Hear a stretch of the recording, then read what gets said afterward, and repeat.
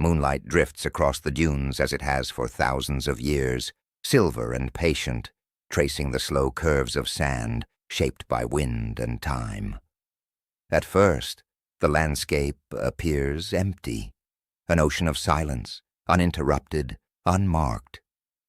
But if the light falls just right, if the night is still enough, straight lines begin to appear beneath the surface as angles that do not belong to nature, shadows that linger too long, the suggestion of walls, corridors, chambers, sleeping. It is said that deserts do not erase, they conceal. Long before the sand arrived, before the climate shifted and the rains withdrew, this place was alive. Grasslands stretched to the horizon, rivers braided through valleys, cities rose not in defiance of nature, but in conversation with it. And within those cities were rooms built not for kings or merchants, but for memory, quiet halls where knowledge rested, copied by hand, spoken aloud, carried forward with care. We are used to imagining libraries as fragile things, burned by invaders, looted by conquerors, lost to accident or neglect. Flames dominate our stories of forgotten knowledge, smoke, ash, sudden endings. But some whispers suggest a different fate, a slower one, a deliberate one. Not all libraries were destroyed. Some chose the desert. As the world began to change, as seasons grew unreliable and empires weakened at their edges, there were those who watched carefully. They noticed rivers thinning, harvests failing, roads becoming unsafe. They understood that collapse does not always arrive with violence. Sometimes it arrives as silence. Sometimes it arrives as heat. And so rather than waiting for fire or plunder, they prepared for something else. Beneath the silence, plans were made. The earth itself became a vessel. Stone chambers were carved or repurposed below ground, not hastily, but with precision. Not beneath ruins, but beneath open land, places where no future city would be built, where footsteps would be rare. Scrolls were wrapped in treated skins, clay tablets sealed in resin, wooden cases lined with minerals that resisted decay. Knowledge arranged not for easy access, but for endurance. It is said that these guardians of memory understood something simple and unsettling, that knowledge can be dangerous in the wrong age, that some ideas burn societies before they enlighten them, and that survival sometimes means knowing when to step back. So they buried. Deserts, after all, are not merely empty places. They are archives of climate, recording the slow turning of the world. Where rain once fell, sand now settles gently, grain by grain, creating a barrier against moisture, insects, and time. In the deep dryness, decay slows to a whisper. Papyrus survives. Ink sleeps. Breath is held. Across North Africa, the Middle East, and Central Asia, there are legends of sealed chambers beneath dunes, rooms discovered by accident and just as often lost again. In Egypt, stories speak of caches hidden beyond the reach of the Nile, far from flood and fire. In Persia, there are tales of wisdom houses closed during times of upheaval, entrusted to the earth rather than to rulers. Even in the Taklamakan Desert, where entire cities vanished beneath sandstorms, archaeologists have uncovered manuscripts, preserved so perfectly they seem recently written. Whispers tell us this was no coincidence. Consider the Sahara. Today it is vast and unforgiving, but it was not always so. 5, 6, 7,000 years ago, it was green. Lakes dotted the land. People gathered beneath open skies, watching stars reflected in water. As the climate shifted and the monsoons failed, the land began to dry. Communities migrated toward the Nile, toward the coast, toward survival. But not everything moved. Some things were left behind on purpose. The sand advanced slowly, almost kindly. It did not smash walls or topple columns. It flowed. It filled doorways, corridors, stairwells. It wrapped structures in a cocoon of stillness. Where cities collapsed in stone and fire elsewhere, here they were simply covered. Scrolls sleep where wind cannot reach them. There is a particular quiet to buried places. Not the silence of abandonment, but the silence of waiting. Archaeologists who have worked in deep desert sites often speak of it, not as fear, but as presence. The sensation that something remains aware, that the ground remembers being trusted with something precious. Some believe these buried libraries were meant for a future that never arrived. Others suggest they were intended only as a pause, a way to carry knowledge across a dark age, to be retrieved when conditions were right. And some believe they were never meant to be reopened at all. Because not all knowledge ages well. Mathematics outpaces morality. Engineering outruns wisdom. The ability to build can exceed the ability to restrain. Perhaps those who sealed these chambers had seen this imbalance before. Perhaps they lived through a collapse not unlike our own fears. Perhaps they understood that survival is not always about advancement, but about timing. In forgotten corners of the earth, there are stories of maps sealed alongside texts. Maps of coastlines now underwater, of trade routes long abandoned, of stars positioned differently in the sky. Knowledge that would confuse more than enlighten. Truths that require context to be safe. And so the desert became a choice. Not an enemy. A guardian. The wind that scours exposed stone cannot reach what lies below. The rains that rot wood never arrive. The insects that devour parchment cannot survive the dryness. The desert is harsh to the living, but gentle to the inanimate. It keeps secrets by doing almost nothing at all. There's a kind of humility in this, an acceptance that human memory is fragile, that institutions fail, that empires rot. But the earth endures, and sometimes, entrusting knowledge to something larger than civilization is the most faithful act imaginable. As the centuries passed, names were forgotten, languages shifted, scripts fell silent. The locations of these buried chambers slipped from maps and minds alike. Oral traditions thinned. What remained were myths, stories of halls beneath the sand, of sealed doors that should not be opened, of wisdom sleeping until the world was ready again. Some explorers searched for them obsessively. Others stumbled upon fragments by chance. A manuscript exposed by a shifting dune, a stone lintel revealed after a storm. Each discovery raised more questions than answers. For every artifact recovered, countless others remained hidden, undisturbed. And perhaps that is as it should be. Because burial, in this telling, is not defeat. It is restraint. It is the decision to step aside rather than dominate, to preserve rather than proclaim, to trust time more than power. When you stand in the desert at night, far from cities and noise, the scale of this decision becomes clearer. The sky opens. Stars crowd the darkness. The same constellations watched by those ancient guardians still turn overhead, unchanged, indifferent to our urgency. The sand shifts softly underfoot, breathing with temperature and time. It does not reveal its contents easily. It does not give up its trust without patience. Somewhere beneath that surface, lines remain straight. Walls still meet at right angles. Shelves wait in darkness. Scrolls lie stacked, sealed, intact, not calling out, not demanding to be read, just waiting. Perhaps they were never meant to be found by those who search aggressively, who dig in haste, who seek confirmation of their own importance.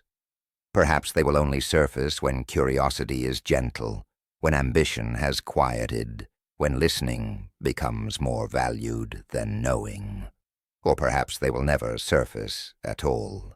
The sand has been asked not to reveal them, and the sand, so far, has kept its promise. As the night deepens, the desert cools. Wind traces slow patterns across the dunes, erasing footprints, smoothing disturbances. The surface becomes whole again, unbroken, serene. The library remains below, choosing stillness over noise, patience over proclamation, its knowledge neither lost nor found, simply resting. And in that rest, there is peace. Because some truths are not meant to survive through fire and conquest. Some are meant to endure through silence. A map is unrolled beneath dim light. The parchment is old, its edges soft with age, its surface marked by careful hands that no longer exist. At first glance it appears familiar, coastlines traced in steady ink, mountain ranges rising in gentle symbols, rivers threading inland like veins. But as the eye follows the lines outward, something strange occurs. The world does not end. The map does. Beyond a certain point, the ink simply stops. There is no warning, no dramatic border, no declaration of monsters or emptiness, just a quiet fading, as though the hand that drew it paused, considered, and chose not to continue. The silence at the edge of the page feels intentional, almost respectful. It is said that the most unsettling maps are not the ones that lie, but the ones that refuse. For centuries, we have told ourselves a comforting story about exploration. We imagine curiosity as an endless forward motion, an unbroken line, pushing ever outward. New lands, new routes, new knowledge waiting patiently to be claimed. But when we look closely at the oldest charts left behind by ancient navigators, merchants, and scholars, a different story begins to emerge. A story where exploration does not always accelerate, where sometimes it slows, and sometimes it stops, not because the world ran out, but because the will to continue did. In forgotten corners of the earth, archaeologists and historians have uncovered maps that seem to know more than they show. Charts of coastlines that end abruptly, even though the sea beyond was navigable. Trade routes that dissolve into blankness, despite evidence that ships once sailed farther. Islands marked, then quietly erased in later copies, as if their existence had become inconvenient. These absences are not accidents. They repeat too often, and they cluster around places where the world itself was changing. Consider the coastlines, now lost beneath the sea. At the end of the last ice age, as glaciers melted and waters rose, vast stretches of land disappeared slowly, almost gently, beneath advancing tides. Shores shifted, harbors drowned, familiar landmarks slipped below the surface, generation by generation. For people who lived through this transformation, the map was not a static truth. It was a memory under revision. Some charts preserved the old world faithfully, marking lands that no longer existed. Others did something stranger. They stopped drawing, as if to say, "This is no longer where we go." Submerged coastlines drift through these narratives like ghosts. Doggerland in the North Sea, once a fertile plain connecting Britain to Europe, now lies drowned beneath cold water. In Southeast Asia, Sundaland vanished under rising seas, breaking a single landmass into the islands we know today. Oral traditions from coastal peoples speak of homelands swallowed by water, of journeys that ended not in discovery, but in retreat. Maps from these regions sometimes acknowledge the loss, but not always. Some simply turn away, their lines halting at older shores, refusing to chase the retreating land into the ocean. Whispers tell us this was not ignorance. It was choice.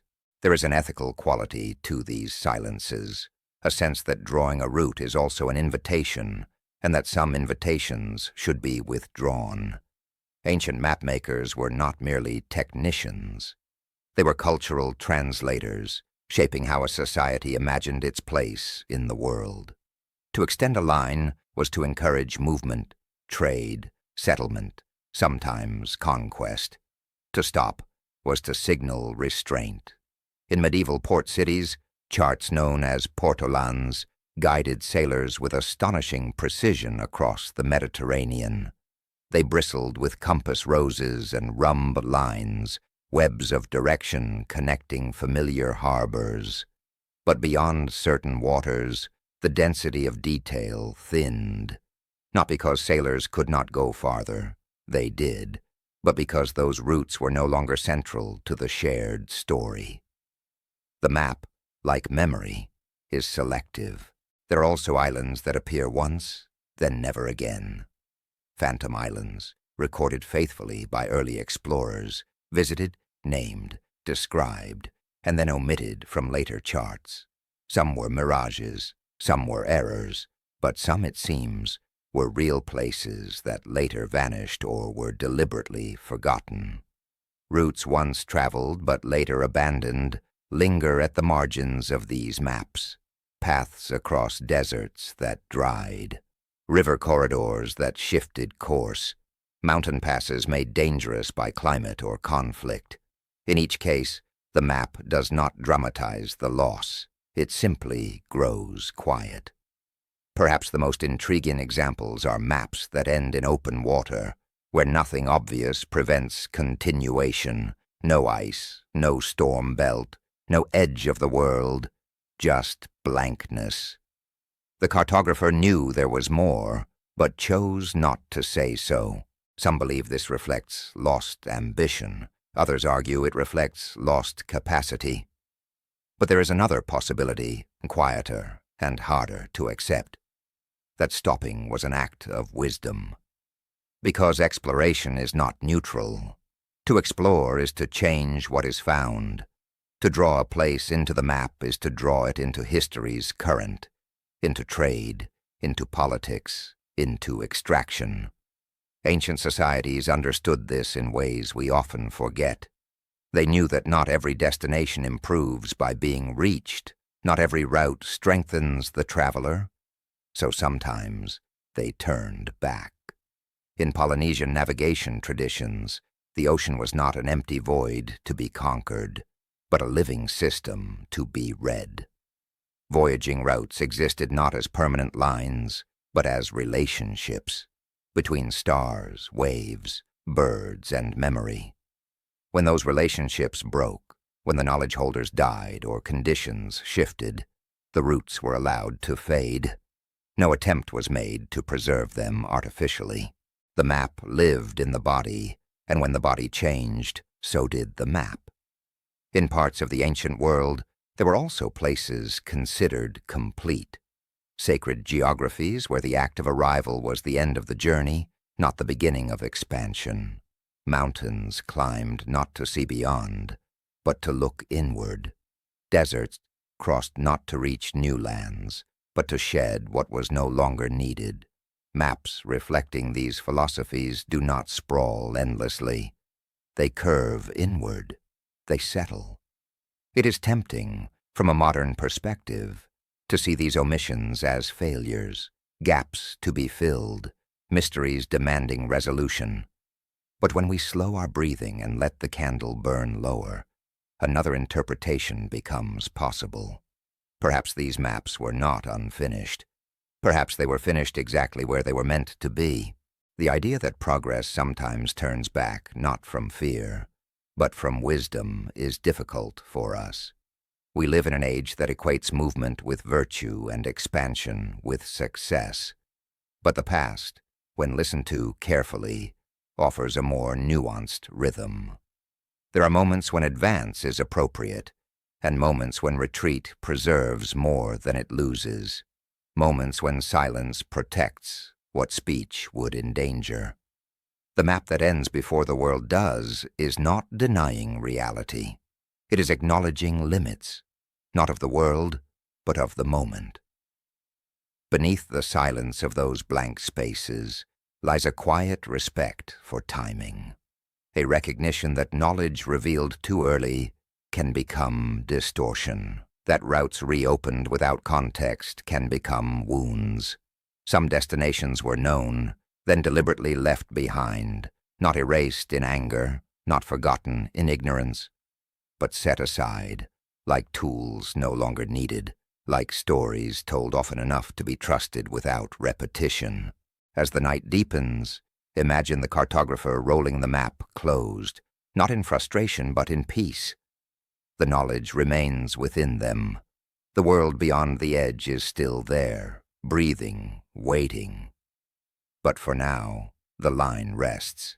Perhaps it was never meant to be found again in ink. Perhaps it lives elsewhere, in song, in ritual, in the subtle knowing of when enough is enough. The candle burns lower. The map sleeps. And beyond its edge, the world continues, vast and patient, unoffended by our restraint. Some voices only echo when we are ready to listen. The symbols are still there, cut deep into stone. Their edges remain sharp despite the centuries. Wind has passed over them. Rain has touched them. Hands have traced them in wonder and confusion, and yet they endure, deliberate, precise, unmoving. They look as though they were carved yesterday, not thousands of years ago. But no one can read them, not anymore. This chapter does not begin with a lost language, at least not in the usual sense. It begins with a language that survived, its shapes intact, its marks preserved, while its voice quietly withdrew. The mystery here is not destruction, it is restraint. It is said that some languages do not die. They fall silent.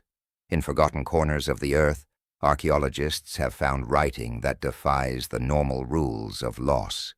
The tablets are not broken. The inscriptions are not eroded. The symbols repeat with careful consistency, suggesting grammar, intention, thought. These are not random marks. They are language, and yet meaning refuses to arrive. The listener drifts through these places slowly. A stone stele half buried in dust, a seal pressed into clay, a tablet fired hard by accident or design. The writing system is complete enough to study, but incomplete enough to remain closed.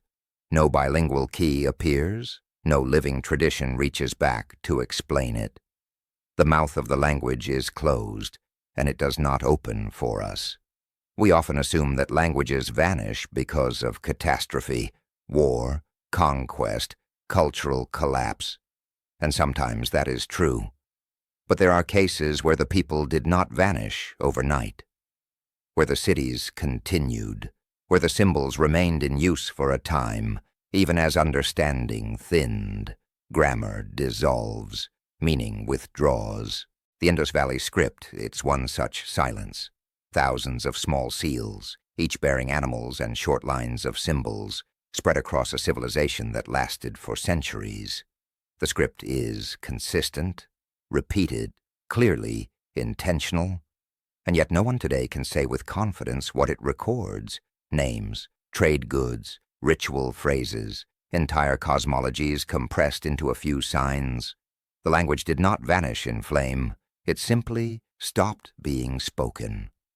In Anatolia, the Hittites left behind hieroglyphs carved into stone monuments, royal declarations, boundary markers, invocations. For centuries, they stood unread, their language sealed inside them like breath trapped in lungs that no longer breathe. Even now, much remains uncertain. We know some sounds, some structures, but the full voice never quite returns. And there are scripts even quieter than these. The Rongorongo glyphs of Rapa Nui, carved into wood, their lines flowing in reverse directions like a tide that turns back on itself. The wood decays easily. Most tablets were lost. A handful survived, mute witnesses, to a language whose speakers were devastated before they could teach anyone how to listen. The listener senses a pattern emerging. These are not cases where writing disappeared because it failed. They are cases where writing outlived its reason to speak. Language, after all, is not immortal. It exists to do something, to coordinate, to remember, to bind people together in time. When the structures that require it dissolve, when cities empty, when trade ceases, when ritual shifts, language can become weightless, and weightless things drift away. Some believe language knows this, that it senses when it has been spoken enough. Among oral societies, this idea feels less strange. Stories are told until they no longer serve the moment. Songs change. Names are retired. Silence is not absence. It is completion. Written language, we assume, should behave differently, but perhaps that assumption is flawed. Perhaps writing, too, can choose to rest. Consider how often we project our urgency onto the past. We want answers, translations, clear statements. We approach ancient scripts like locked doors, assuming they were meant to be opened by us. But what if some doors were meant to close? What if the act of writing was not a promise to the future, but a conversation within a specific moment? A breath exchanged among people who understood one another deeply, without any obligation to explain themselves to those who came later. In that sense, the unreadable script is not a failure. It is a boundary. The listener moves through civilizations whose voices did not survive, even as their marks did. The Maya glyphs, once silent, now partially recovered, remind us how much effort it takes to coax meaning back into stone. And even there, the recovery is incomplete. We read dates, names of rulers, ritual cycles, but jokes, lullabies, private thoughts, those are gone. What remains is structure without intimacy. And then there are scripts that resist even structure, marks that refuse to align neatly with known languages, signs that behave statistically like language, yet never resolve into speech. Scholars debate whether they were ever meant to represent sound at all. Maybe they were symbolic, maybe mnemonic, maybe ceremonial, or maybe they were language only for those who already knew. There is a gentleness in that possibility. Not everything must be preserved in a form that outsiders can consume. Some knowledge is complete when it has shaped the lives it was meant to shape. When that work is done, silence is not loss. It is respect. The chapter lingers here, not in frustration, but in calm curiosity. What does it mean for a language to decide it has said enough? To leave behind its body but withdraw its breath? We are accustomed to thinking of silence as something imposed, by conquest, by neglect, by disaster. But here, silence feels voluntary. The closing of the mouth, not because it was struck, but because it was finished. In Buddhist traditions, there is the idea of noble silence, the understanding that some truths weaken when spoken too often. In other cultures, names are hidden, revealed only in ritual, then set aside. The spoken word has power, so does the unspoken one. Perhaps ancient languages understood this intuitively. Perhaps they sensed when repetition would turn wisdom into noise.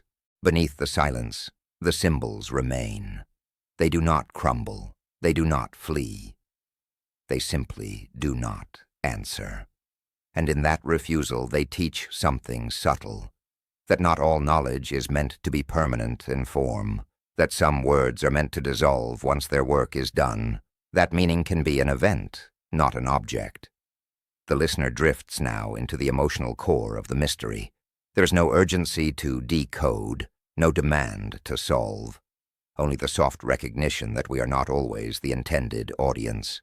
Some words finish their purpose and rest. Imagine the last speaker of a language realizing they are the last. Perhaps they feel grief, perhaps relief, perhaps nothing at all.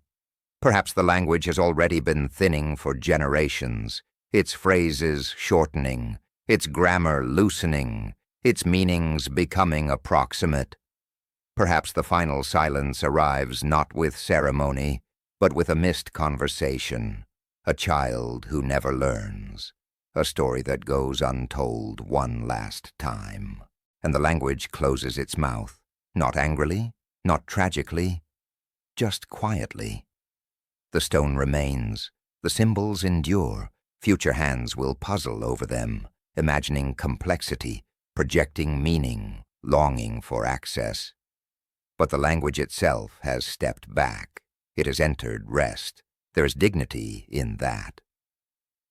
As the night deepens, the listener may feel a strange comfort in this idea, that history is not obligated to explain itself fully, that some things are allowed to end without translation, that silence, too, can be a form of truth. The candle burns low, shadows soften, the symbols fade from focus, not because they disappear, but because the need to read them eases. Perhaps it was never meant to be found. Perhaps the meaning was complete long ago.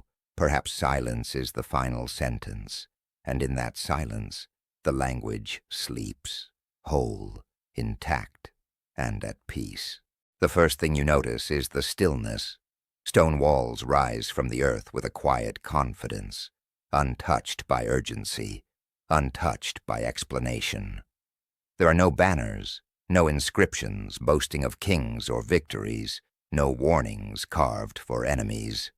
The city stands open beneath the night sky, its streets empty, its thresholds calm, as if it were never meant to impress, only to listen. Above it, the stars move slowly. It is said that some cities were not built to protect the people who lived in them, nor to enrich them, nor even to govern them. Some cities were built to align. Marked by the moon, the city reveals its deeper intention only after dark. As the sun fades and the air cools, the geometry begins to speak. Streets do not wander randomly. They follow deliberate paths, straight and patient, oriented toward rising and setting stars. Corners open to horizons where certain constellations appear at precise moments of the year.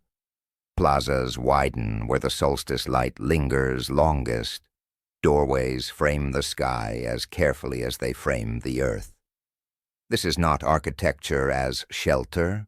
This is architecture as conversation. In forgotten corners of the earth, archaeologists have uncovered cities whose layouts seem excessive if judged by practical needs alone. Defensive walls are minimal or absent. Market spaces are modest, but astronomical alignment is exacting, unforgiving, as if the builders cared more about when light arrived than where enemies might come from. Some believe these cities were calendars made of stone. Others believe they were instruments, devices designed to tune human life to celestial rhythms too subtle to feel, but too important to ignore. In these places, time itself was built into the ground, not measured by clocks or records, but embodied through repetition, the same shadow crossing the same threshold, the same star rising above the same wall, year after year, generation after generation. The listener drifts through one such city. Stone feels cool beneath bare feet. The air carries the scent of dust and night-blooming plants. There is no writing here to explain what must be done, no instructions, and yet the body knows where to stand, where to wait, where to look. The builders of this city left no declaration of mastery, no monument proclaiming dominion over nature or sky. That absence is striking. In so many ancient places, alignment is celebrated loudly, inscriptions naming gods, rulers claiming divine favor, temples shouting their significance into time. Here, there is nothing like that. The knowledge was practiced, not recorded. Across the ancient world, there are examples of this quiet design. At Teotihuacan, the Avenue of the Dead aligns with the setting of the Pleiades. anchoring ritual movement to stellar cycles. At Chaco Canyon, buildings frame lunar standstills that occur only every 18.6 years, an astronomical patience that suggests observation across generations. At Angkor, temples echo the cosmology of Mount Meru, not as metaphor, but as lived spatial experience. And farther back still, in stone circles scattered across plains and deserts, alignment precedes writing altogether. Stones set to mark solstices, pillars angled to capture the breath of dawn on the longest day. These were not experiments, they were continuations.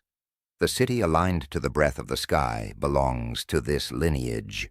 It does not explain itself because it does not need to. Explanation is for those who are uncertain. This city was built by people who had already learned how to listen. The listener senses this as they move deeper. Buildings are not decorated extravagantly. Ornamentation is restrained, almost absent. Attention is directed upward, outward, beyond the human scale. The city does not compete with the sky. It collaborates. At night, the stars seem closer here. Perhaps it is the absence of artificial light. Perhaps it is the way walls and courtyards frame the darkness. Or perhaps it is something subtler, the feeling that this place was shaped to remind its inhabitants of their position within a larger order. Some believe that the people who lived here understood the sky so fully that it no longer needed to be named, that after centuries of observation, the stars ceased to be mysterious forces and became familiar companions. When you know something that well, you stop talking about it. You simply live with it. Grammar dissolves in this city, not because language is lost, but because it is unnecessary. The seasons announce themselves without calendars. The angle of light tells you when to plant, when to harvest, when to gather, when to rest. Ritual does not require explanation because it unfolds naturally from alignment. Time is not counted, it is felt. The city leaves no records of its insights because it never intended to export them. This knowledge was local, embodied, experiential. It belonged to the rhythm of this land and this sky, not to abstraction. As the chapter deepens, the listener begins to understand the quiet confidence of such a place. There is no anxiety about preservation, no fear of forgetting, because the sky does not forget. Even if the city empties, even if the stones crumble, the stars will continue their paths. And perhaps that was enough. Across continents, there are cities like this that were eventually abandoned, not in fire or conquest, but gently. Their streets left intact, their alignments preserved, as if the people understood that once the conversation with the heavens was complete, staying longer would add nothing. What knowledge tells a society when to leave? This city does not answer that question. It only offers an atmosphere in which the question feels unnecessary. Departure here does not feel like failure. It feels like closure. The listener imagines the last night. No panic, no exodus under threat, just a final watching of the stars from familiar positions. The solstice passes. The moon rises where it always has. The walls hold their silence. The people leave without dismantling the city, without burning records because there are none, without sealing doors because the sky remains accessible to anyone who comes later. They step away because the alignment continues without them. Centuries pass. Sand gathers. Forests creep inward. New people arrive who do not know the purpose of the streets. They reuse stones. They walk the same paths without realizing what they trace. The alignment weakens, but does not vanish. At certain times of year, light still behaves strangely here. Shadows fall where they should not. Stars linger in frames they no longer recognize, and the city waits. Beneath the silence, there is no grief, only patience. Because alignment is not possession, it is relationship.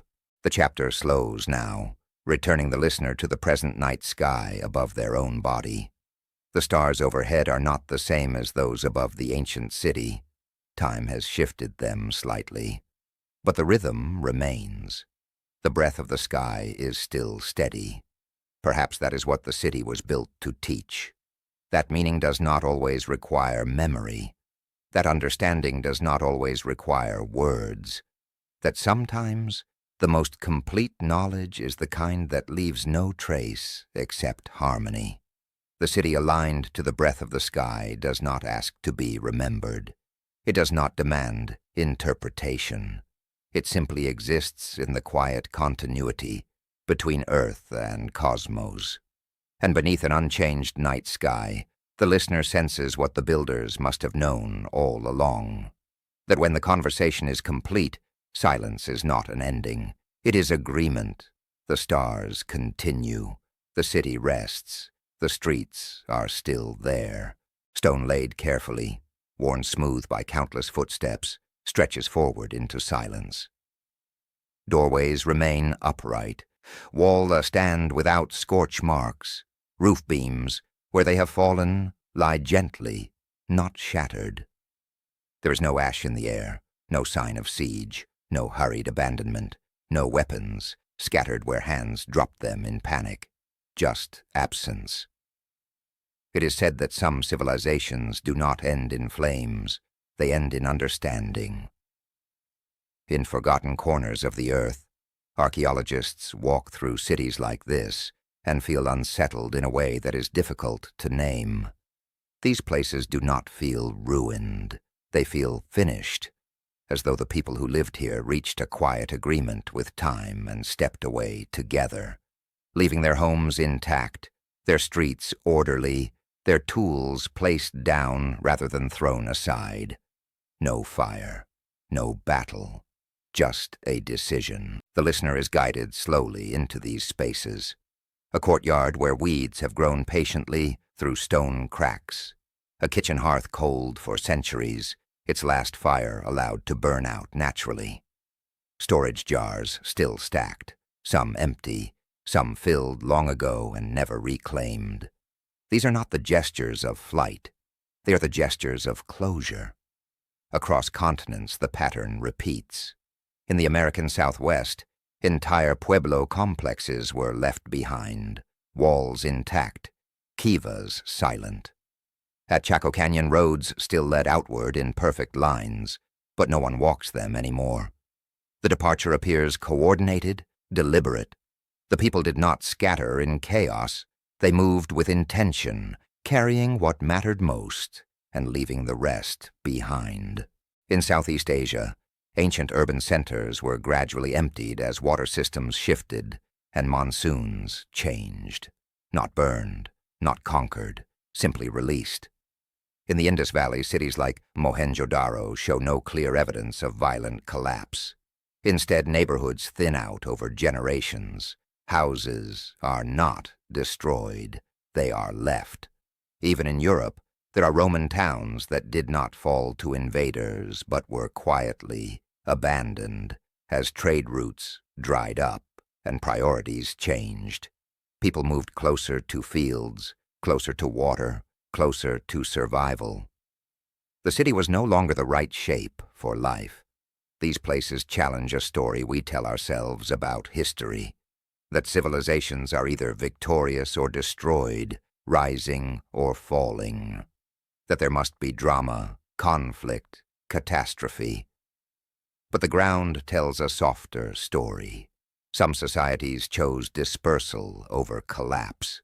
The mystery deepens as the listener lingers in these spaces, because leaving without falling requires something rare: collective restraint, agreement across households, across generations, that staying is no longer wise, that identity is not tied to stone, that survival may require letting go of what once defined you. What knowledge tells a society when to leave? This question echoes through the empty streets.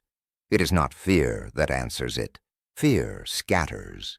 Fear burns bridges. Fear leaves scars. What we see here is something else, calm, measured, almost tender.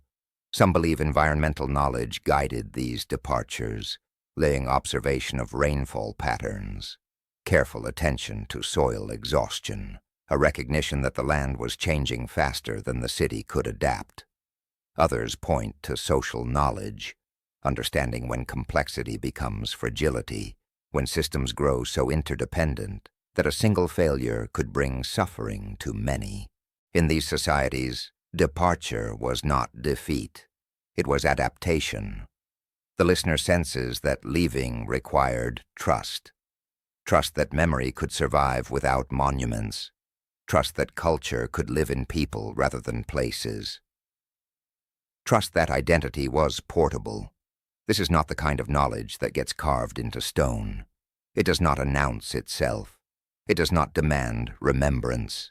It lives quietly, passed through example rather than decree. Beneath the silence of abandoned cities, there is dignity.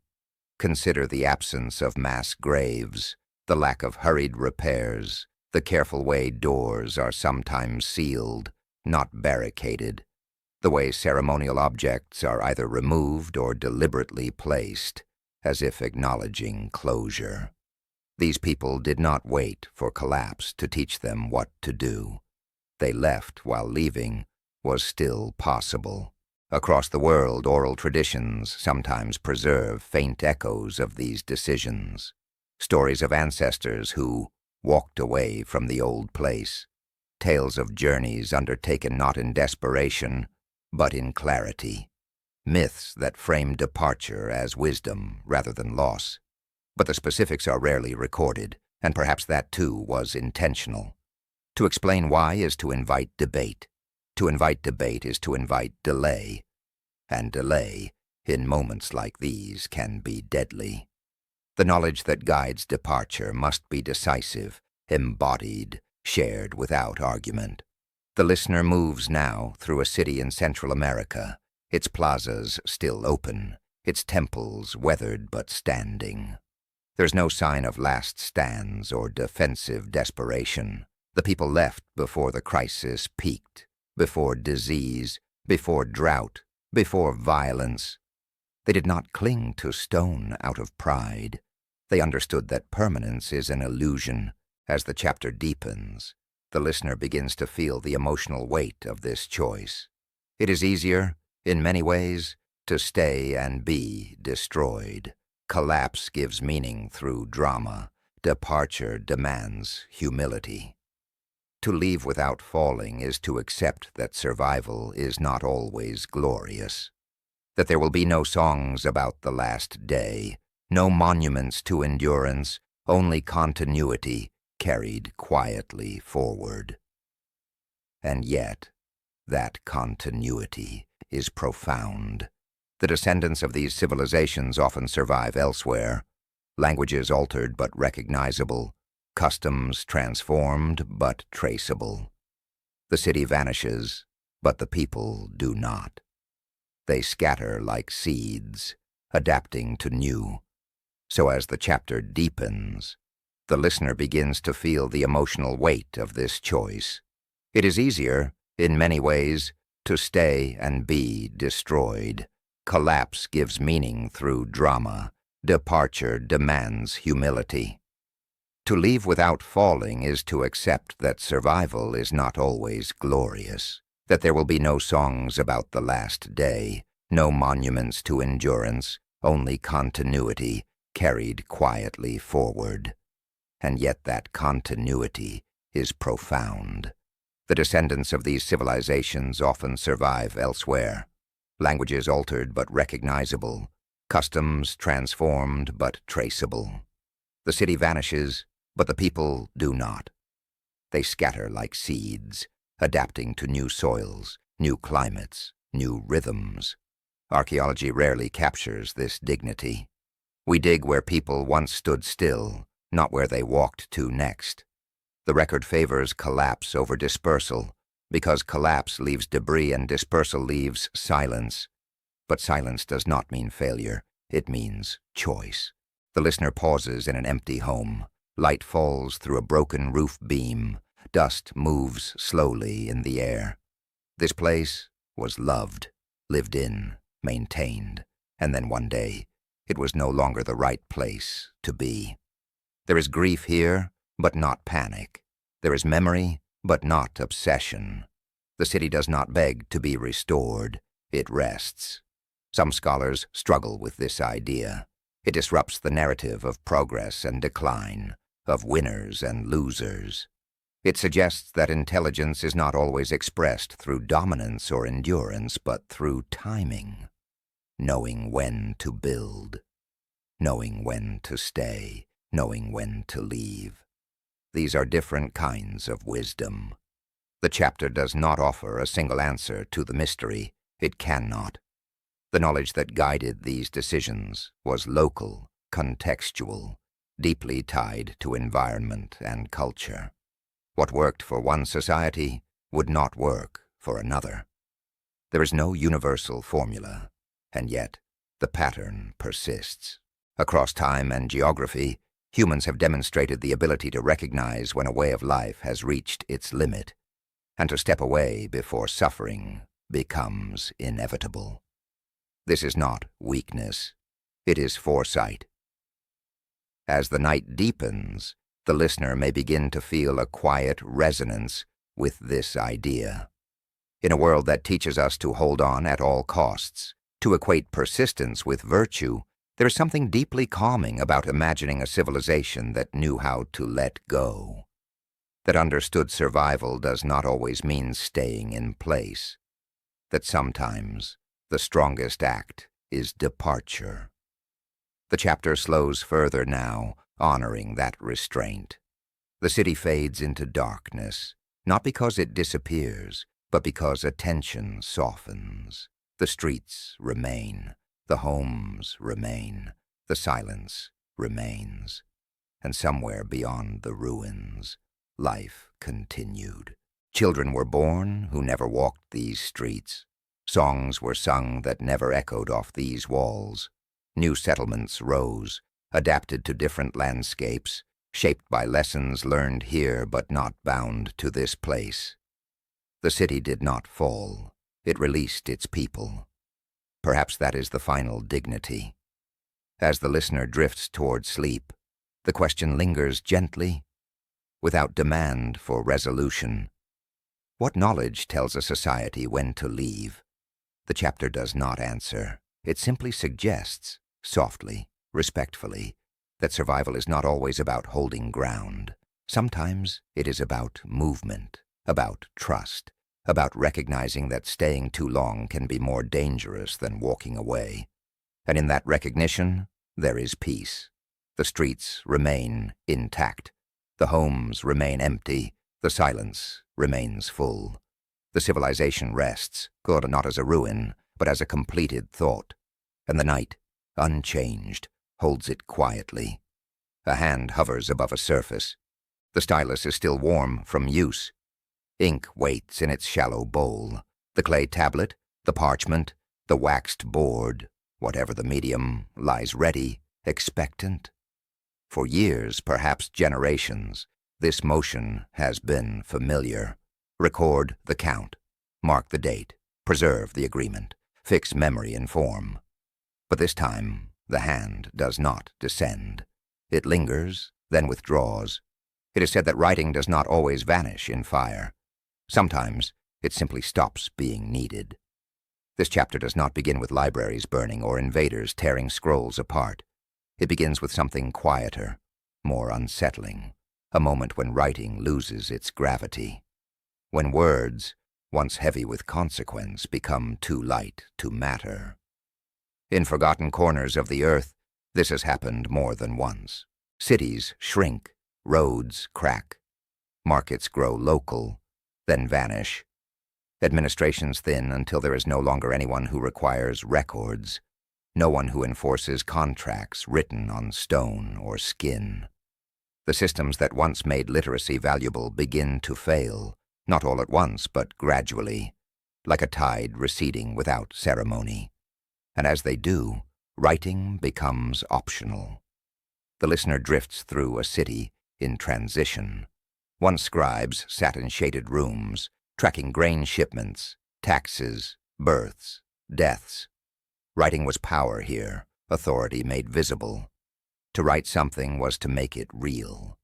Now those rooms are empty. The city still exists, but its scale has changed. People live closer to the land. Exchange happens face to face. Memory is carried in bodies, not archives. When you trade with someone you know personally, you do not need a contract. When your world fits within a day's walk, you do not need maps. When your survival depends on weather, not bureaucracy, you do not need ledgers. Writing does not disappear. It becomes irrelevant. Some believe this is how the so-called Dark Ages truly began. Not as a plunge into ignorance, but as a recalibration of usefulness. Literacy had been a tool, not a virtue. And when the task changed, the tool was set down. The listener senses how quickly this can happen. A child grows up without seeing anyone write. There is nothing to read because there is nothing written. Stories are told aloud, repeated until they settle into rhythm. Instructions are demonstrated, not documented. Law becomes custom, memory becomes communal. And within a generation, writing is no longer remembered as something that once mattered. This is not regression, it is adaptation. Across history, writing has always been tied to surplus. Surplus food, surplus labor, surplus time. When societies can afford specialists, scribes, accountants, scholars, writing flourishes. When survival demands generalists, those luxuries evaporate. The chapter moves gently through examples. In post-Roman Europe, literacy did not vanish overnight. It thinned. As cities emptied and long-distance trade collapsed, fewer people needed to read or write. Not because they could not, but because it no longer served a purpose. Why learn to read laws that were no longer enforced? Why copy texts no one asked for? Knowledge did not disappear. It changed form. Monasteries became rare islands of writing in a sea of oral culture.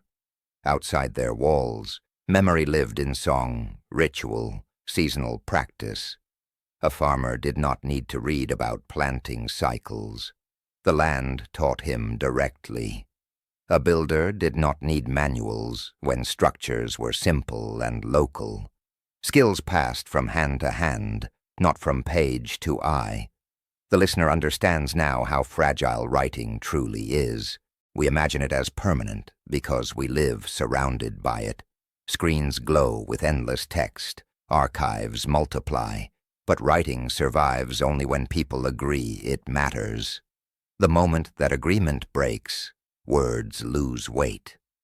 In the ancient Americas, entire civilizations thrived without widespread writing.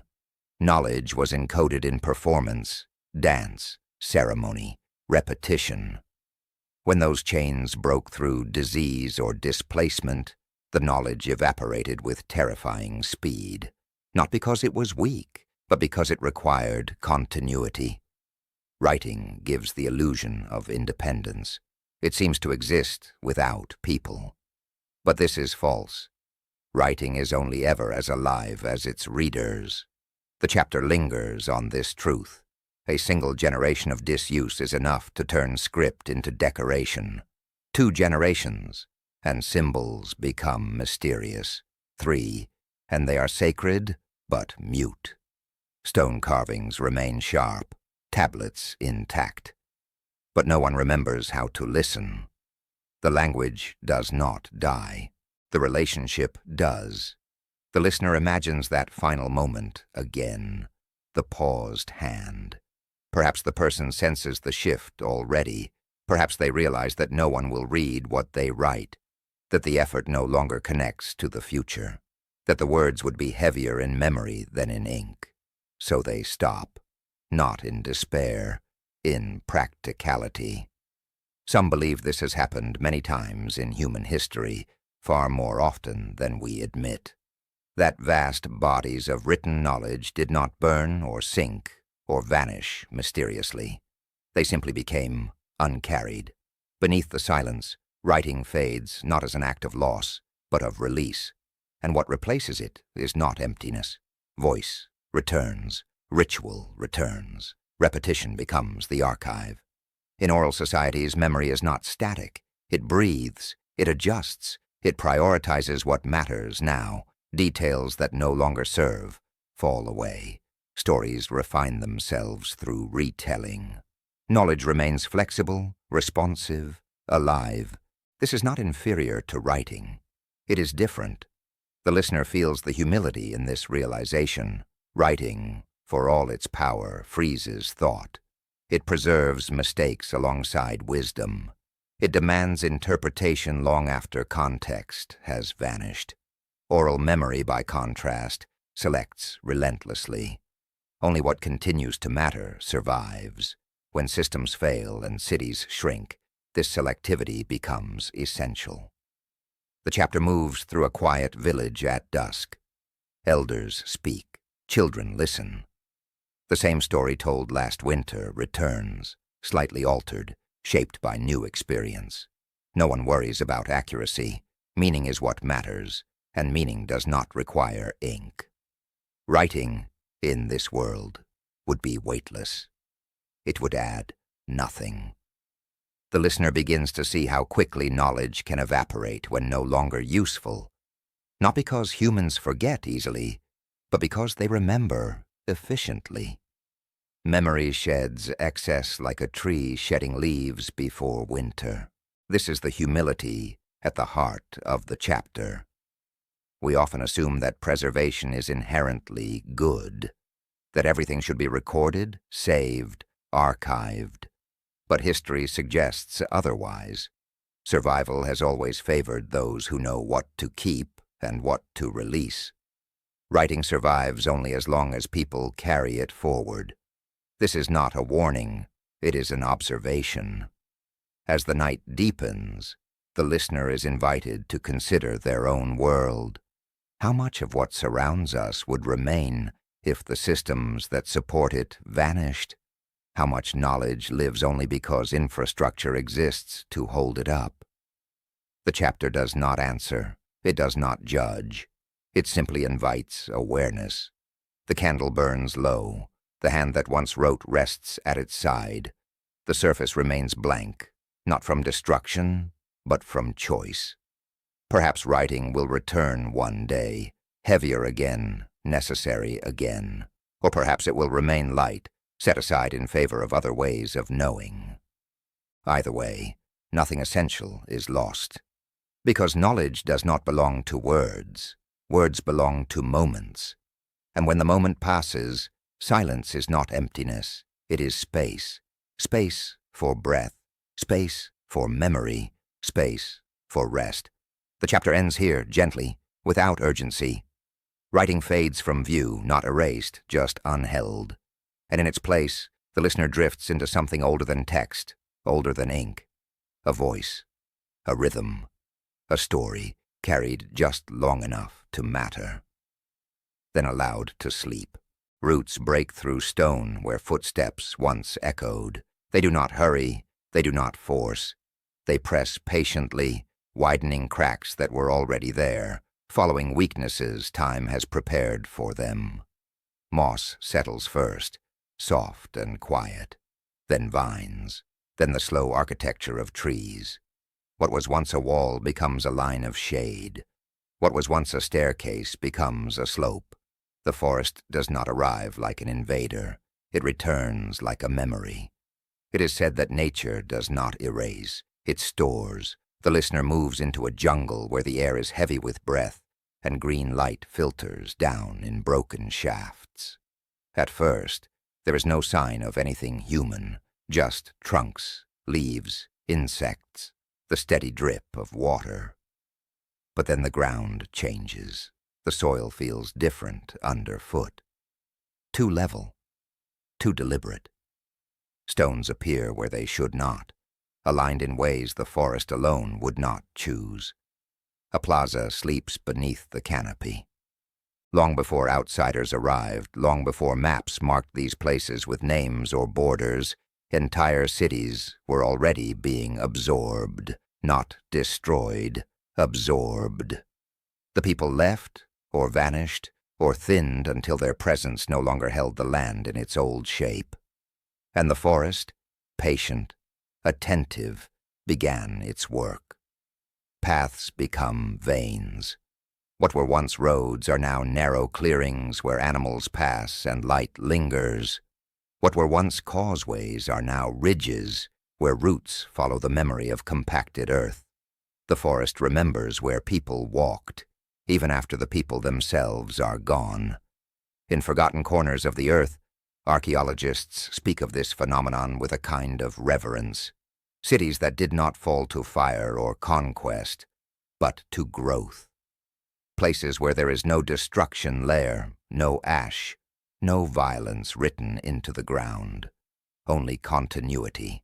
At Tikal, massive temples rise above the canopy, but beneath them lie neighborhoods long reclaimed, their houses folded into soil and leaf. At Angkor, stone towers still stand, but the city around them dissolved into jungle centuries ago, its water systems feeding rice paddies that outlived the empire itself. In the Amazon, entire networks of settlements were hidden so completely that for generations the forest convinced outsiders they had never existed at all. Trees remember what people forgot. The narrative lingers here, not on ruin, but on transformation. The forest does not collapse buildings in rage. It does not punish absence. It simply continues life in the shapes that remain. Stone becomes anchor. Brick becomes nutrient. Walls become terraces for roots to grip. The listener senses something unsettling and beautiful in this. The idea that the land does not reject humanity when we leave. It adapts us into its ongoing story. Plazas become clearings. Where thousands once gathered, now birds circle. Where rituals unfolded, rain pools. Where voices rose, insects hum. Life continues without witnesses, without need for remembrance, and yet nothing is truly gone.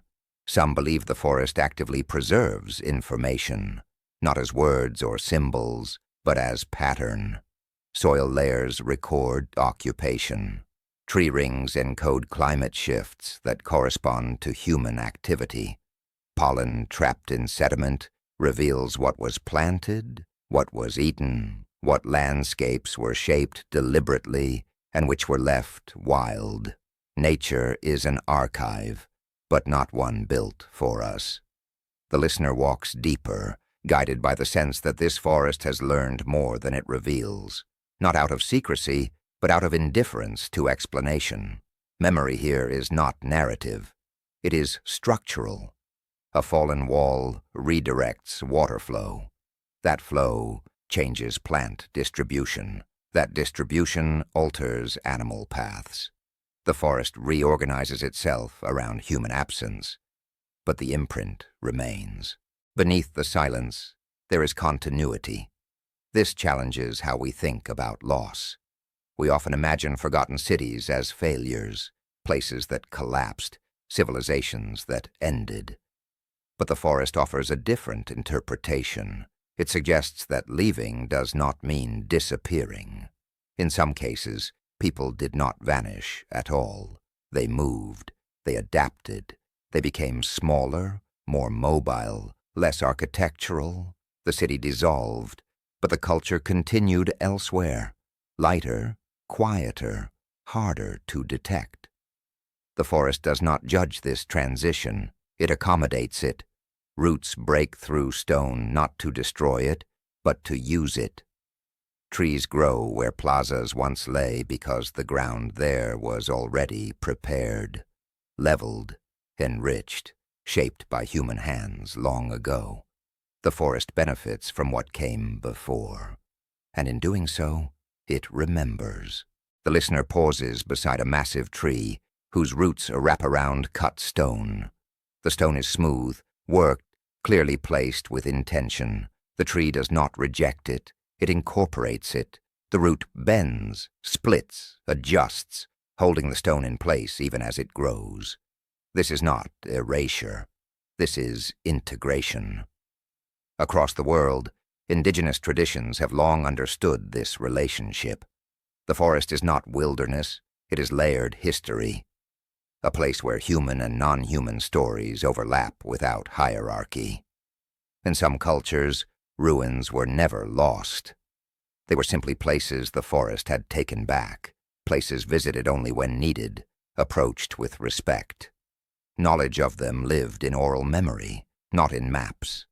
And when that memory broke, through disease, displacement, violence, the forest kept the rest.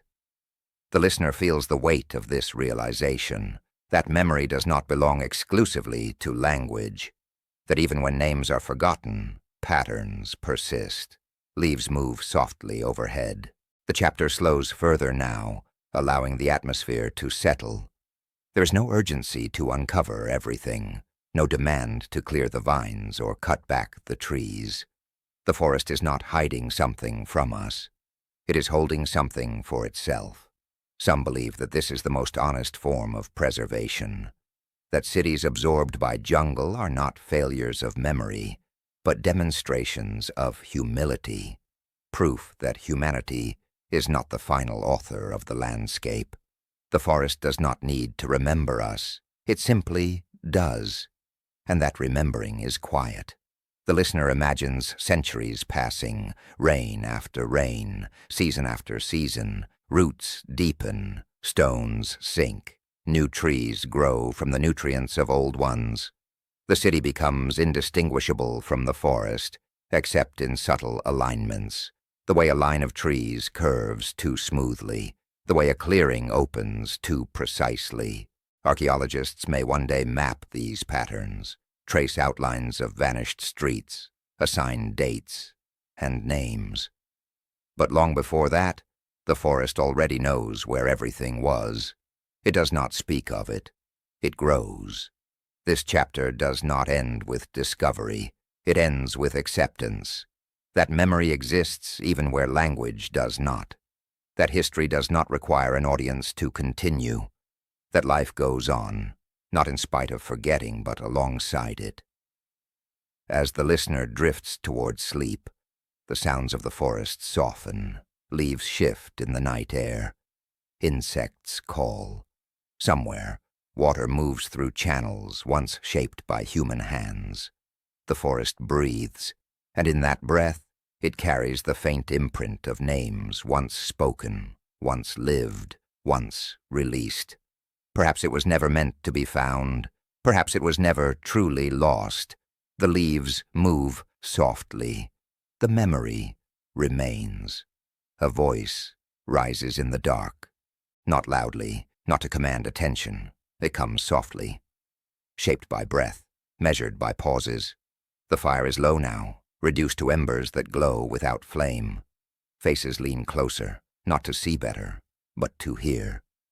The night air holds the words gently, carrying them from one body to another. Nothing is written. Everything is remembered. It is said that some histories were never meant to see the sun.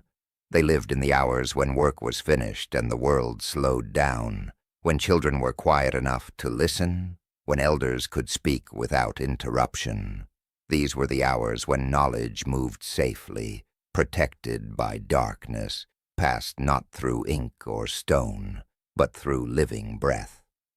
The listener settles into this rhythm, into a world where memory is not an archive, but a practice. In forgotten corners of the earth, entire civilizations entrusted their past to voices alone. Their histories were not vague or improvised. They were precise, layered, structured. Genealogies recited without error for dozens of generations. Migration routes encoded in song. Laws remembered as stories. Environmental knowledge embedded in myth. This was not casual storytelling. This was scholarship without paper. Among the griots of West Africa, history was a profession. These were not entertainers, but living libraries, trained from childhood to hold vast amounts of information with accuracy and care. Names, dates, alliances, conflicts, moral lessons, all woven into narrative forms that could survive centuries of repetition. In Australia, Aboriginal songlines mapped the land with astonishing precision. A song was not just a story. It was a path. To sing it correctly was to know where water lay, where danger waited, where ancestors had walked. Geography lived in melody. In the Pacific, navigational knowledge traveled the same way. Routes across open ocean were preserved in chants, rhythms that matched wave patterns and star movements. Lose the song, and the sea became unreadable. The listener begins to feel the fragility of this system and its power. Because oral history does not forgive interruption, when the chain breaks, it does not fray gradually, it snaps. A single missing generation can erase centuries, not because the knowledge was weak, but because it was embodied. It lived only as long as people lived to carry it. Beneath the silence, there are gaps we cannot fill. Colonial encounters were especially devastating to these traditions. Disease arrived before writing ever did. Smallpox, measles, influenza, illnesses that moved faster than any army, carried away elders first, the ones who held the longest memories, the ones who knew the oldest versions of the stories. The listener feels this loss not as abstraction, but as quiet tragedy. Imagine a village where the last fluent storyteller dies during a fever. The stories do not burn, they do not sink, they simply go quiet. The children remember fragments, phrases without context, names without lineage. Within a few decades, what was once precise becomes symbolic. Then it becomes myth. Then it disappears. Centuries vanish not in fire, but in coughs and silence. This is why so much of human history feels incomplete. Not because it was never there, but because it was never written. And then the voices were taken. Yet it would be a mistake to call these histories fragile in the dismissive sense. They survived far longer than many written traditions. They adapted, they refined themselves, they carried nuance that stone could never hold. Written records fix a moment. Oral histories move with time. They adjust emphasis, they allow reinterpretation, they keep knowledge alive rather than preserved. But this adaptability comes at a cost. It requires continuity. It requires care. The listener drifts through examples. In the Americas, vast civilizations flourished whose histories were preserved through oral tradition. When European diseases swept through, entire knowledge systems collapsed before anyone thought to record them. Archaeologists now excavate cities whose builders' names, beliefs, and decisions are forever unknown, not because they were unimportant, but because the people who knew them did not survive. In Africa, colonial powers often dismissed oral histories as unreliable, choosing written European accounts instead. In doing so, they erased timelines that stretched back far beyond colonial arrival. What survived was filtered, fragmented, often misunderstood. But the histories spoken only at night were no less real.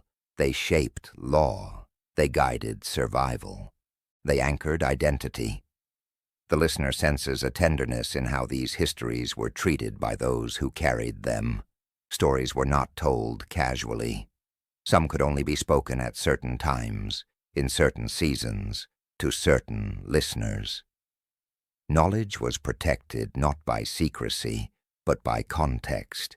You could not hear everything at once, you had to grow into it. This is something writing struggles to replicate. Written words do not know who reads them. Oral knowledge does. It arrives when the listener is ready, or not at all. As the chapter deepens, The listener feels the intimacy of this exchange, the closeness required to transmit memory through breath, the trust between speaker and listener, the understanding that history is not something you own, it is something you hold briefly, then pass on. And when that passing fails, the loss is total. The night grows quieter now. The fire dims further. The voice telling the story slows, aware that attention is fragile. This awareness itself is part of the tradition. Oral histories are shaped by the limits of the human body, by breath, by fatigue, by sleep.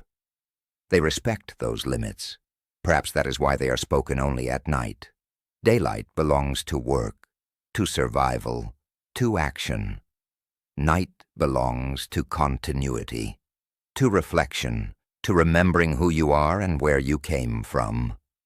The listener imagines generations gathered under the same stars, hearing the same stories adjusted slightly each time, shaped by new experiences, but anchored in old truths.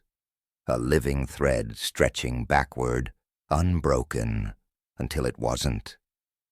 When the chain broke, centuries vanished, not because they were erased, but because there was no one left to speak them.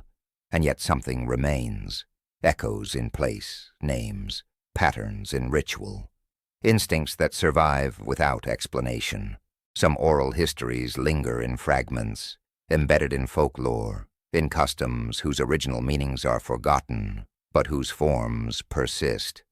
A dance whose steps once encoded a journey, a song whose rhythm once matched a seasonal cycle, a taboo whose origin lies in long-forgotten environmental knowledge. The listener understands now that history does not always vanish completely. Sometimes it dissolves into behavior. The chapter begins to close gently, honoring what was lost without trying to recover it. Because not all recovery is possible, and not all loss needs correction. There is dignity in acknowledging absence. These histories were not lesser because they were unwritten. They were not primitive. They were precise, adaptive, and deeply human. They existed exactly as long as they were needed, and sometimes longer. The tragedy is not that they were oral. The tragedy is that we allowed the voices to disappear. As sleep approaches, the listener is invited to sit with this fragility, not as fear, but as respect. To recognize that memory carried only in people is precious because it is vulnerable. It demands care, presence, listening. Perhaps that is the quiet lesson, that history is not guaranteed, that remembrance is an act, not a default, that silence is not always emptiness. It is sometimes the space left behind by voices that once filled the dark. The fire goes out completely now. The voice fades, not because the story is finished, but because the night has reached its depth. Some voices only echo when we are ready to listen, and some histories, spoken only at night, rest forever in the dark, no less real for having never been written. The listener drifts onward, carrying nothing specific, but feeling the weight of what once was. The kingdoms erased while standing, 1,300 words. It is said that some cities do not fall the way stories expect them to. They do not burn with a final orange breath. They do not shatter under siege. They do not end in a single thunderclap that leaves history satisfied. They simply remain, walls upright, streets quiet, towers still casting shadows, while their names are taken from them. Tonight, imagine a plain beneath a patient sky. Moonlight touches stone arranged with such certainty that it feels older than argument. A wall rises without mortar, block fitted to block, as if the rock remembered how to become a doorway. The workmanship is steady, calm, almost tender. And yet when strangers arrive, they say, "This could not have been made by the people who live here." They say it with the confidence of a stamp pressed into paper. They say it as though skill must come from elsewhere, as though beauty requires a foreign signature, and in the space between those words, a kingdom begins to vanish, while its towers still stand. Whispers tell us that erasure is rarely an accident. It is often a decision, sometimes loud, sometimes dressed as common sense. It happens through labels, guidebooks, and lessons that point to stone and call it mysterious, as if mystery were proof that the builders could not have been local. Beneath the silence, Africa holds many such places, cities and kingdoms not swallowed by fire, but by disbelief. There are hills where stone rings sit like sleeping crowns. There are river bends where trade once moved, season after season. There are routes through dust where travelers read stars the way others read ink. In these places, evidence remains: foundations, ceramics, beads, iron, and the remembered outlines of markets. What does not remain as easily is permission. Permission for these places to be read as African. Power has always tried to decide what counts as history. It selects the voices that feel convenient. It frames the ruins it wants to claim. It treats certain peoples as a blank page, so conquest can write itself more comfortably. To erase a kingdom, you do not need to topple its walls. You only need to convince the world that the walls belong to someone else. Some believe the process begins with a gaze that cannot imagine local genius. When the gaze looks at stone and refuses to see the hands nearby, it reaches outward for a familiar explanation: distant empires, wandering strangers, outsiders whose names feel tidy. And once that tidy story becomes habit, habit becomes fact. Meanwhile, the true story continues to breathe under the surface, like a river under sand. Think of great enclosures of stone, shaped by people who understood weight and balance the way sailors understand waves. The blocks are chosen, turned, placed with patient intelligence. The walls curve and rise, not as a brute barrier, but as a boundary that holds space. Space for ceremony, for exchange, for the slow work of community. Within such walls, life was ordinary and holy at the same time. Water was carried, cloth was traded, families laughed and mourned, drums sounded at dusk, and the echo returned warmer, as if the stone itself listened. Outside, the world moved. Gold traveled, salt traveled, languages braided at markets. A kingdom's strength was not only in what it owned, but in what it connected. And then another kind of traveler arrives, one who carries a different hunger. This traveler does not come to learn. He comes to classify, and classification, when done without humility, becomes a form of burial. The ruins are renamed, their makers doubted, their stories thinned until they fit inside someone else's imagination. Imagine an excavation under a hard sun. An archaeologist brushes sand from stone. Nearby, local voices speak of ancestors, of kings and courts, of songs that name this hill, this wall, this river. The archaeologist listens, and then writes a report that does not include the voices. The report travels farther than the song. The report becomes official. This is how kingdoms are erased while standing, not by the collapse of stone, but by the collapse of listening. Yet even imposed silence has limits, because stone is stubborn, because pottery does not lie about fire, because beads remember oceans. Beneath the silence, recovery begins, slowly, carefully, like dawn. In recent decades, many researchers, especially African researchers and communities protecting their own heritage, have insisted on a different posture, not possession, but respect.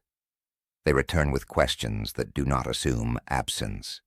They treat oral history not as decoration, but as a library, layered, coded, carrying geography and metaphor and lineage in refrain. They look at trade goods and see networks, not coincidences. They look at metallurgy and see innovation, not imitation. They look at architecture and see local solutions to local realities. Stone chosen because timber is scarce, walls shaped for cooling air, settlements placed with understanding of water and season, and slowly the old tidy stories begin to crack. Not with anger, with evidence. Sometimes recovery is as small as a corrected sentence, built by indigenous hands, traded by local merchants, ruled by kings whose names lived in speech long before they were carved in stone. But even a corrected sentence is a kind of resurrection, because what was taken was not only credit, it was continuity. When a people are told their ancestors could not have built what stands before them, they are disconnected. The line between past and present is thinned until it snaps. And when it snaps, the world becomes easier to own. So healing is also reconnection. A child stands before an ancient wall and hears, "Your people did this." A museum label is rewritten, and the new words do not exoticize. They simply name. Name is a powerful thing. It is the opposite of disappearance. There is still much we do not know. The past is not a locked chest that opens cleanly. It is a landscape of fog and gaps, of materials eaten by climate, of dynasties remembered in proverb. But not knowing everything is not permission to pretend that nothing happened. So let this chapter move like a lantern through a corridor. Let it touch the stone towers and marketplaces, the star-guided routes and the quiet bravery of memory. Let it touch the steady work of those who return to the record and refuse old erasures. Because recovery does not always arrive as a dramatic revelation. Sometimes it arrives as a clearing of dust. Sometimes it arrives in the simple act of saying, softly, without spectacle, "This was here. This was built. This was known." It is said that recovery sometimes begins in small rooms. A classroom where a syllabus changes, a community meeting where elders speak into a recorder, a young researcher learning to ask permission before digging. It begins when a site is guarded from looters, when local languages are treated as keys instead of noise, when the past is allowed to be complicated and proudly local.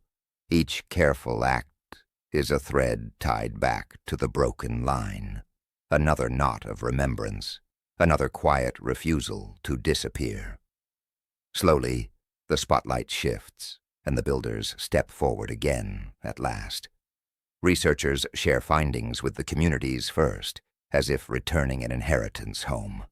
Now as the night deepens, return again to the moonlit plain. The towers still stand. They have stood through drought and rain, through centuries of wind, through long misunderstanding and long patience. They do not beg to be believed. They simply remain. And perhaps that is their final lesson, that even when power tries to bury a name, the earth remembers the shape of what was made. Beneath the silence, the past is still breathing, ancient, veiled, and marked by the moon, waiting for the moment we finally learn how to listen. Moonlight falls on stone that should have a name. Not the name on modern signs, but the older name, the one spoken by builders as they lifted each block into place, the one whispered by children as they played in the shadow of walls that felt eternal. The stones rise anyway, patient and unblinking, arranged with a certainty that suggests planning, labor, and memory. Yet the world around them once insisted they were not truly African. It is said that some ruins are not silent by nature. Some are made silent. Tonight, we walk through kingdoms that were erased while standing, cities whose towers remained upright even as their authorship was denied, traded away, rewritten, and buried beneath other people's certainty. We move slowly, as if entering a sanctuary. We do not rush. We let the dust settle. we listen for what history tried to hush. In forgotten corners of the earth, there are places where the past is not lost because it crumbled. It is lost because someone looked at it and refused to believe. A wall without mortar. Stones fitted so tightly that seams disappear. A city shaped by rhythm and design. These are not accidents. They are signatures. But there have been times, too many times, when power looked at those signatures and declared them counterfeit. Whispers tell us that denial can be stronger than fire, because fire destroys what it touches, but denial rewrites what survives. So the towers remained, and the names were taken. Picture a high plateau where granite breaks into bright pieces under the sun.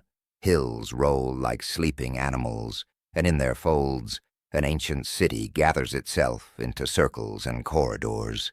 Massive walls rise, curved like a slow wave, each stone laid without mortar, held in place by patience and precision.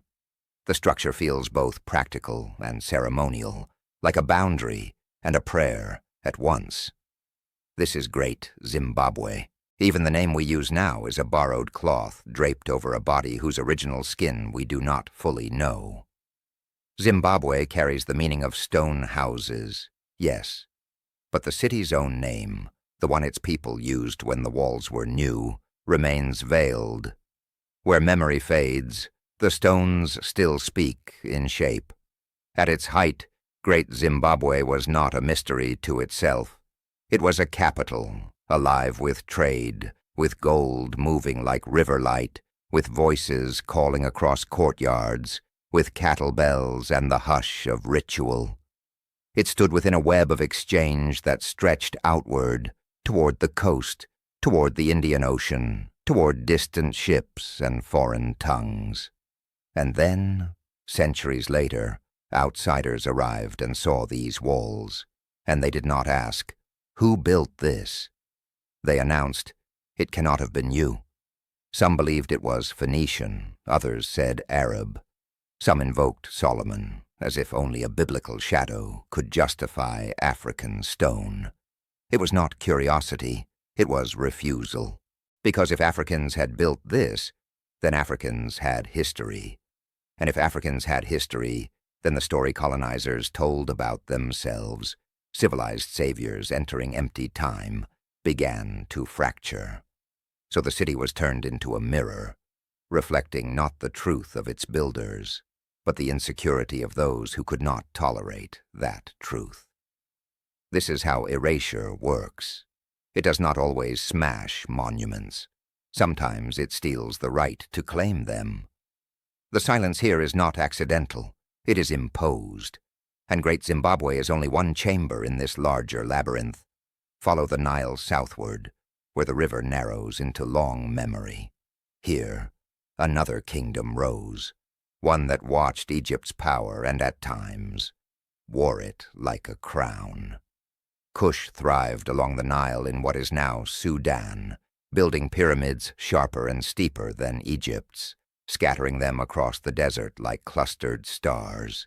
Their temples were not copies. Their culture was not an echo.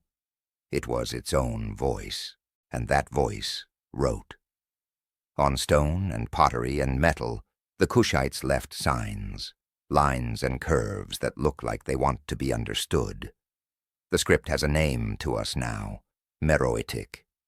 We can pronounce some of its letters. We can sometimes identify royal names. But the deeper sentences, the full breadth of the language, remain closed. A script that survived, a meaning that withdrew. Some voices do not vanish. They become locked. And in the space where translation fails, others have been quick to insert their own narratives, to treat Africa's unread texts as proof of emptiness rather than proof of loss, to say, we cannot read it, therefore it contains nothing, as if ignorance were a valid measurement of value. But absence of reading is not absence of thought. It is only a gap between minds. Move west now, into lands shaped by savanna and forest. Here, Empires rose that controlled gold, as if it were sunlight, gathered and stored. Ghana, Mali, Songhai, names that still shimmer, though we are often taught them as footnotes. We remember certain rulers because foreign chroniclers wrote about them. We remember wealth because it disturbed other economies. We remember what was visible to outsiders. But what about the rhythms of ordinary governance, the debates in courtyards, the treaties made and broken, the names of local leaders, the disputes over land and water? Much of that lived in oral tradition, held by griots, preserved in careful recitation, guarded through generations. And then colonial power arrived not only with weapons, but with a verdict that oral history was unreliable, that memory without paper was myth, that the only real history was the history written in European ink. In that verdict, an entire continent's voice was lowered to a murmur. Yes, libraries burned in some places, but more often histories were dismissed than forgotten, and a dismissed history can die just as surely as a burned one. The loss was not only of pages, it was of permission. Artifacts were lifted from their landscapes, masks taken from ceremonies, bronzes removed from royal altars and placed behind foreign glass. A sculpture once meant to be seen by firelight became an object under museum lamps. A ritual object became art. A living lineage became collection. When you remove an object from its story, you create silence around it, not because the object has nothing to say, but because you have separated it from the language it was meant to speak. Still the towers stand. Stone cannot defend itself from interpretation, but it can wait. And the waiting has not been empty. In recent decades, something has begun to shift. The imposed silence is being challenged not by conquest, but by careful work. Archaeology, linguistics, oral history projects, community-led preservation, and the return, sometimes literal, sometimes symbolic, of stolen names.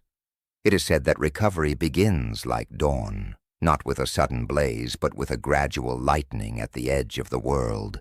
Researchers trace ancient trade routes through beads and ceramics. They read soil layers like diaries. They use satellites to find outlines of forgotten cities under vegetation and sand. They record elders speaking histories that survived despite everything, just gathering fragments before they fade.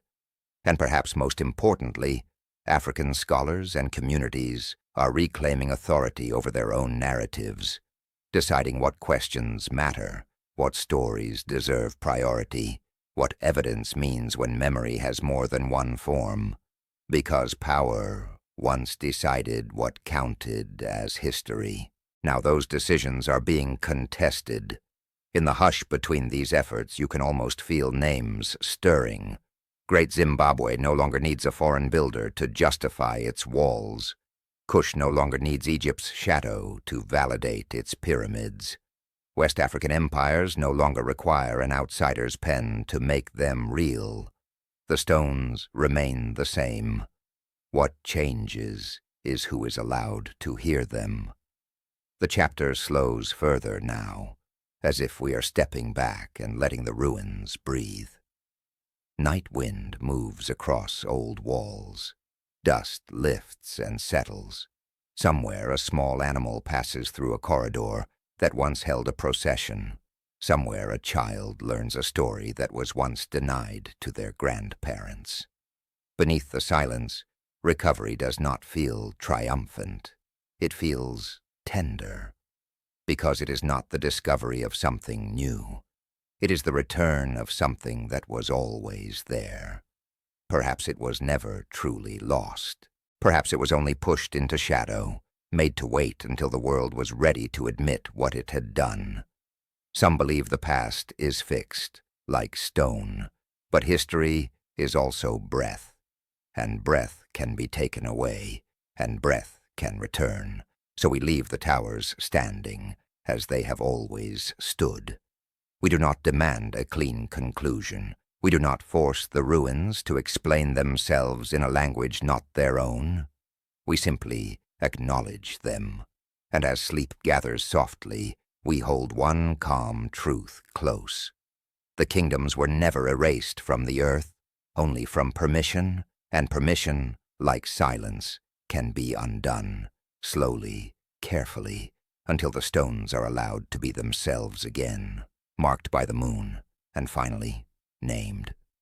Open ocean, no landmarks, no edges, no walls to lean against, just water, breathing beneath the hull and sky breathing above it.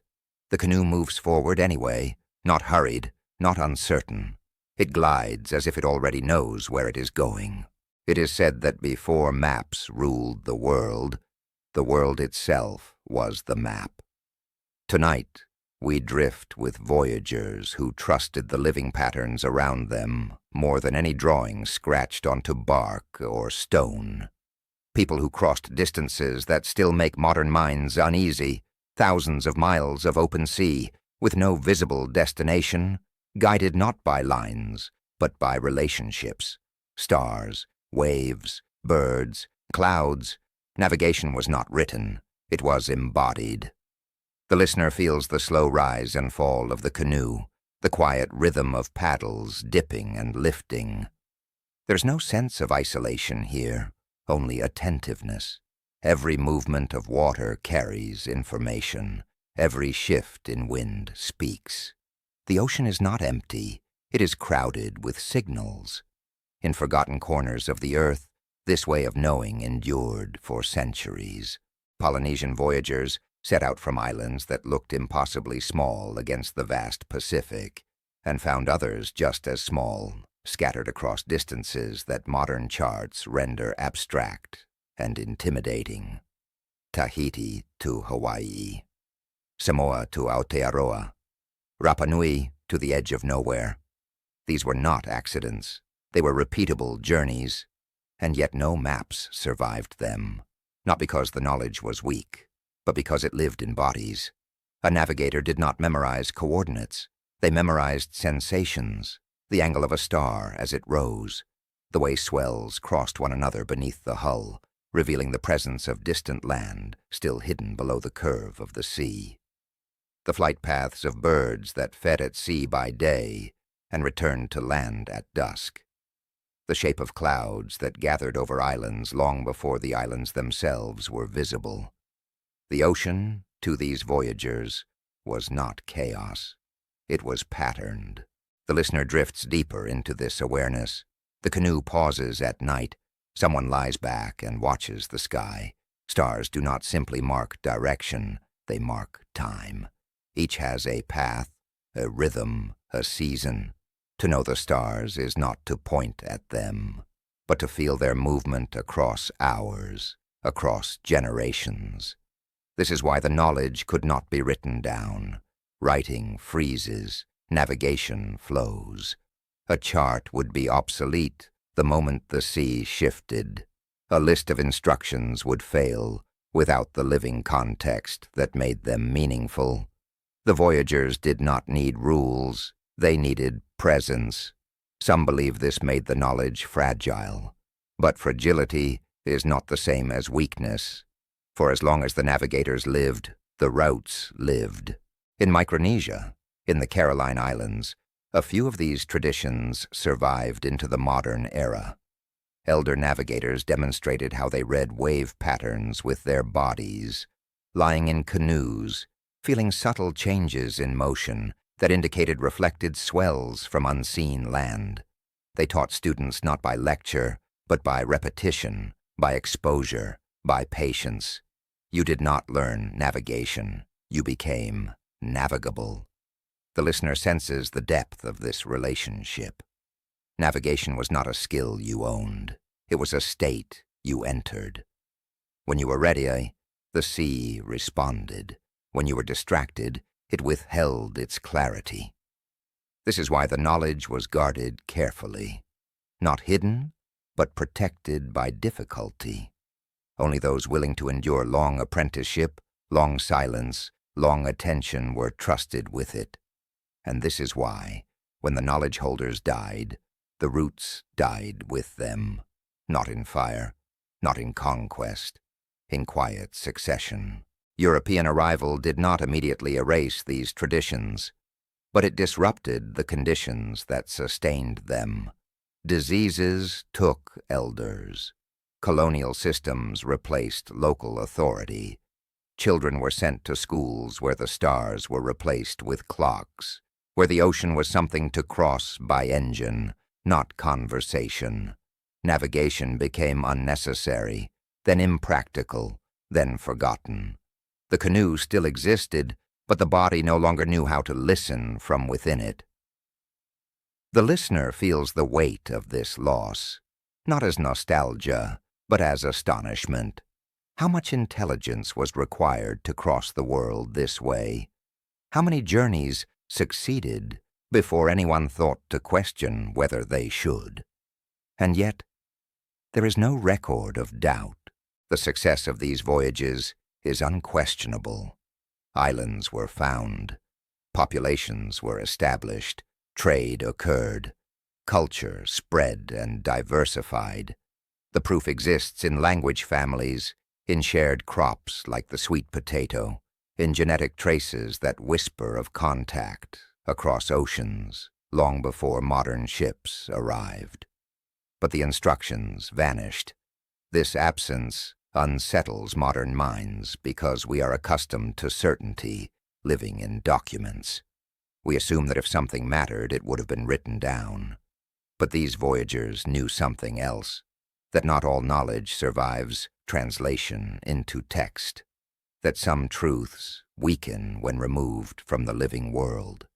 The chapter slows, letting the listener feel the horizon. At sea, the horizon is not a boundary. It is a promise, a place where sky and water touch, always out of reach, always guiding. To travel by horizon is to trust that movement itself is meaningful, even when the destination remains invisible. This trust was not blind. It was earned. The ocean taught consistency through repetition. The stars taught patience through cycles. Birds taught timing. Clouds taught humility. Nothing was commanded. Everything was observed. Navigation here was not dominance over nature. It was partnership. The listener imagines the final voyage of a master navigator. Perhaps they sense the knowledge thinning. Perhaps there is no student ready to receive it. Perhaps the world has changed too quickly. The canoe still floats. The sea still speaks. But there is no one left who can hear all of it at once. And so the roots close, not with drama, with silence. Centuries later, archaeologists and historians reconstruct these journeys with models and simulations. They test replicas. They confirm what the ancestors already knew, that the voyages were possible, repeatable, elegant. But confirmation is not recovery. The knowledge itself remains gone. And perhaps that is fitting, because this was knowledge that trusted the living world more than preservation. Knowledge that assumed continuity of relationship rather than permanence of instruction. When that continuity broke, the knowledge did not resist. It rested. The chapter does not frame this as tragedy alone. There is loss here, yes, but also coherence. The roots existed as long as they were needed. When the conditions changed, the roots dissolved back into the sea. As the listener drifts toward sleep, the canoe slows. The paddles rest. The ocean continues its motion, indifferent to our remembering. The stars remain, marking paths that no one now follows. But the success of those journeys cannot be undone. Islands are peopled. Languages carry echoes of shared departure points. Crops grow where they should not, carried across water by human intention. The roots may be gone, but their outcomes remain. The horizon holds this truth gently. Perhaps it was never meant to be written. Perhaps it could only live as long as it was lived. Some voices only echo when we are ready to listen, and some journeys, once complete, release their instructions back into the world that made them possible. The ocean breathes, the sky turns, the horizon waits, and somewhere within that waiting, the memory of motion endures, unmapped, unspoken, and quietly whole. Night settles without asking permission. It gathers softly at the edges of things, around stone, around water, around the last unspoken thought of the day. The world does not go dark all at once. It dims in layers like memory itself, retreating not into nothingness, but into quiet. It is said that history ends where the records stop. But this is only half true. Tonight, we gather the silences, not to fill them, not to solve them, but to sit with them long enough to understand what they are. Because when you listen closely, closer than curiosity, closer than desire, you begin to notice something gentle moving beneath the gaps, a calm presence, a continuity that does not require proof. History is incomplete because it is human. This is not a failure. It is a condition. Across the long arc of our story, knowledge has never traveled in a single form. It has shifted shapes the way water shifts containers. When one vessel breaks, the water does not vanish. It finds another place to rest. Some knowledge waits beneath sand. It sleeps under dunes that once bordered green valleys, sealed not by accident, but by intention. Libraries buried rather than burned. Chambers closed not in panic, but in patience. The earth above them breathes slowly, regulating heat, resisting decay, holding what it was trusted with. The sand does not hurry. It does not forget. Some knowledge rests in water. Coastlines drowned as ice melted and seas rose, carrying with them camps, harbors, villages, and the everyday wisdom of people who lived close to the tide. Nets knotted a certain way, boats balanced by instinct, stories shaped by the rhythm of waves. These places are gone from sight, but not from existence. The sea does not erase. It rearranges. Wood rots, stone shifts, metal corrodes, but patterns remain, scattered across the ocean floor like constellations that require a different way of seeing. And some knowledge lives only in rhythm and breath, in stories spoken at night, in songs that mark journeys, in rituals repeated until they become part of the body. This knowledge does not wait for discovery. It waits for participation. When the voices that carried it fell silent, it did not collapse. It dispersed. It thinned into gesture, into habit, into instinct. It became harder to trace, but not impossible to feel. The listener has traveled through many absences to reach this point. Maps that ended before the world did, languages that closed their own mouths, cities that stepped away intact. Writing set down gently when it became too light to matter. Forests that learned our names without needing to speak them. Histories spoken only in darkness. Kingdoms erased while their stones still stood. Voyages that trusted the living world and left no instructions behind. Each silence seemed separate, but they are not. They are all expressions of the same truth. That knowledge does not always want to be permanent. We live in a culture that equates survival with storage, that believes everything must be preserved, recorded, backed up, archived. And there is value in this impulse. It protects us from sudden loss. It allows ideas to travel beyond a single lifetime. But history whispers another lesson alongside it, that not all knowledge is meant to endure unchanged, that some understanding is only useful within a certain climate, ecological, social, emotional, that when those conditions pass, the knowledge must either transform or rest.